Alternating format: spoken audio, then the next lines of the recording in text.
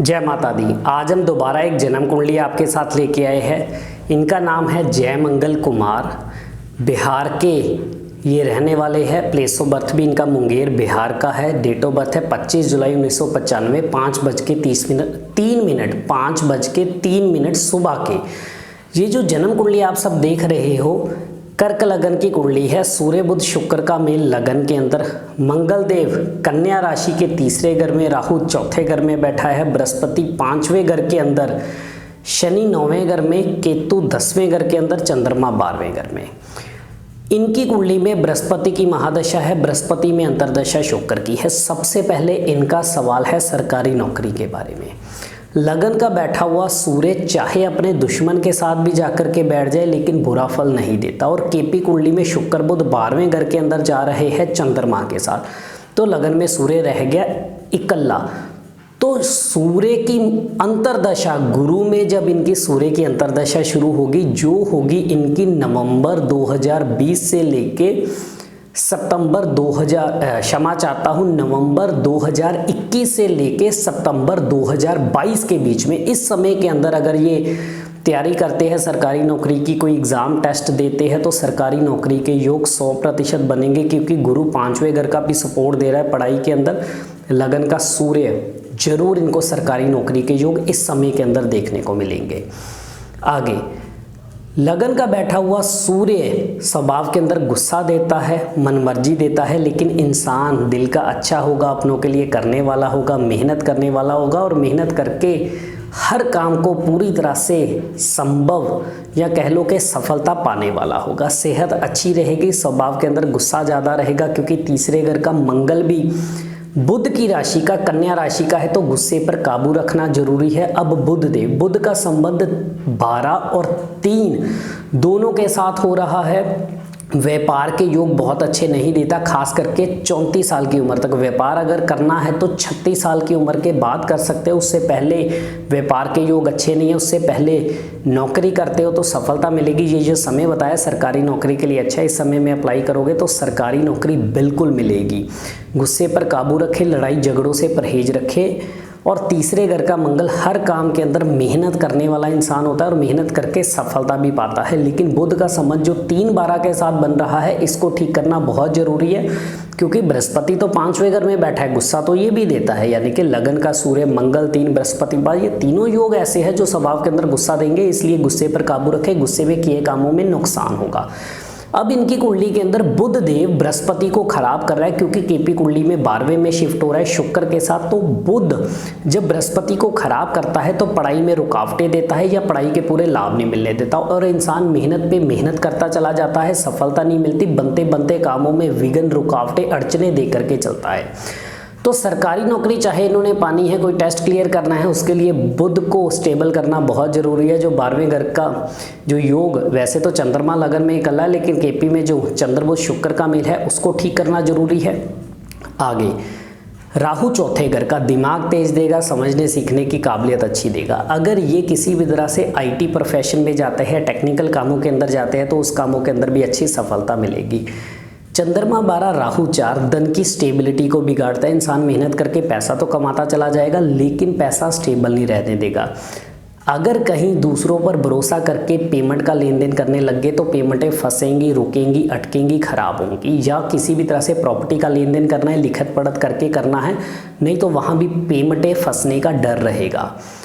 अपने घर में बार बार कंस्ट्रक्शन तोड़फोड़ ना करवाए। जब भी तोड़फोड़ करवानी हो पूछ के करवाइए। अगर तोड़फोड़ कराते ही इनको परेशानियां आ रही हैं या तोड़फोड़ कराने से पहले एक अभी मैं उपाय देने लगा हूं, ये उपाय जरूर कीजिए। 7 बुधवार 400 ग्राम साबुत धनिया मसाले वाला जल प्रवाहित जरूर कीजिए।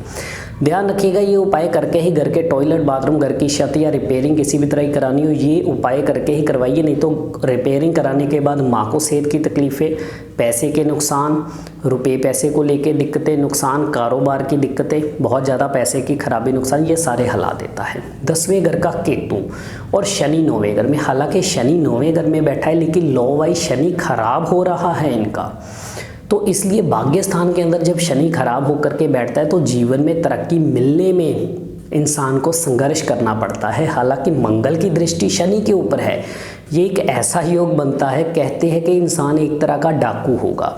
अब डाकू का मतलब ये नहीं कि लोगों के घरों में चोरियां करेगा या डाके डालेगा, ऐसा नहीं। अगर ये तेज दिमाग, तेज बुद्धि के साथ चलेगा इंसान, और साथ ही किसी भी तरह से ऐसे काम करेगा जिसमें चाहे कंसल्टेंसी के काम हो, पब्लिक डीलिंग या लोक भलाई के काम हो, जिसमें अपनी मीठी जुबान और दिमाग की चालाकी के साथ अगर ये चलेंगे तो मंगल की दृष्टि शनि, यानी कि लोग खुद ब खुद अपनी जेब से पैसा निकाल के इनको देने वाले होंगे। तो गुस्से पे कंट्रोल रखना जरूरी है। 12वें घर का चंद्रमा केपी में बुध शुक्र भी साथ में आ रहे हैं, तो शादी हो सके तो 27 साल की उम्र के बाद करें, उससे पहले शादी ना करें, नहीं तो शादीशुदा जीवन में तकलीफें आएंगी।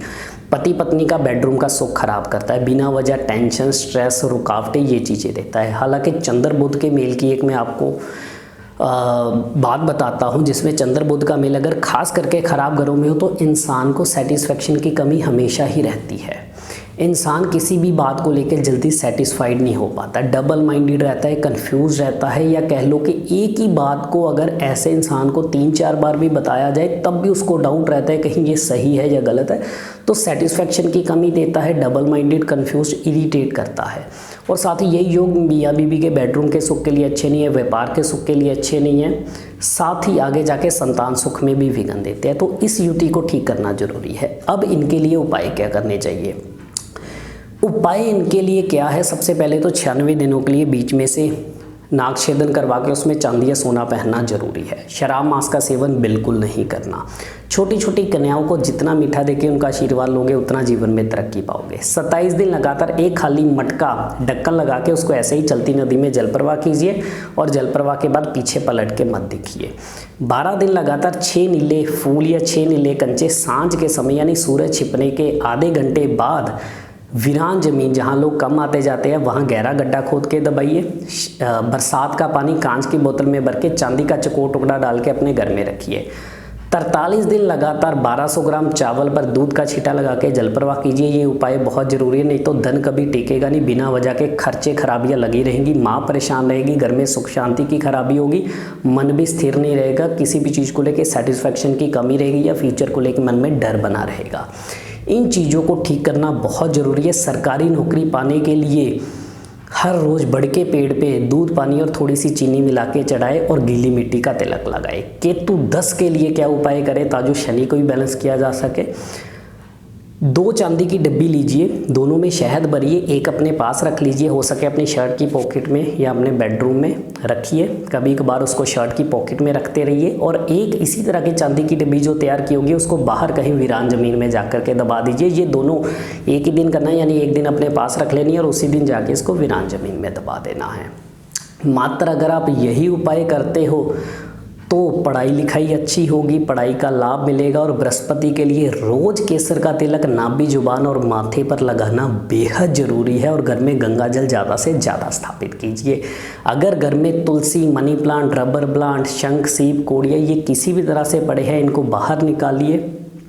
मंदिर में किसी तुलसी अगर घर में है तो किसी आसपास के मंदिर में दे सकते हो। और किसी भी तरह का म्यूज़िकल इंस्ट्रूमेंट जिसमें ढोलक, गिटार, सितार ये भी घर में नहीं होने चाहिए। ये उपाय कीजिए। सरकारी नौकरी का योग बताया है, सरकारी नौकरी की तैयारी कीजिए। साथ में उपाय कीजिए, नौकरी जरूर लगेगी। रुकावटों के लिए बुध के उपाय दिए हैं। नाक छेदन, मटके वाला उपाय ये कीजिए, नौकरी के योग अच्छे रहेंगे। नौकरी में सफलता है, बिजनेस के बारे में अभी मत सोचिए। इसी तरह से हम और भी विषयों पर जुड़े रहेंगे। इजाज़त दीजिए। जय माता दी।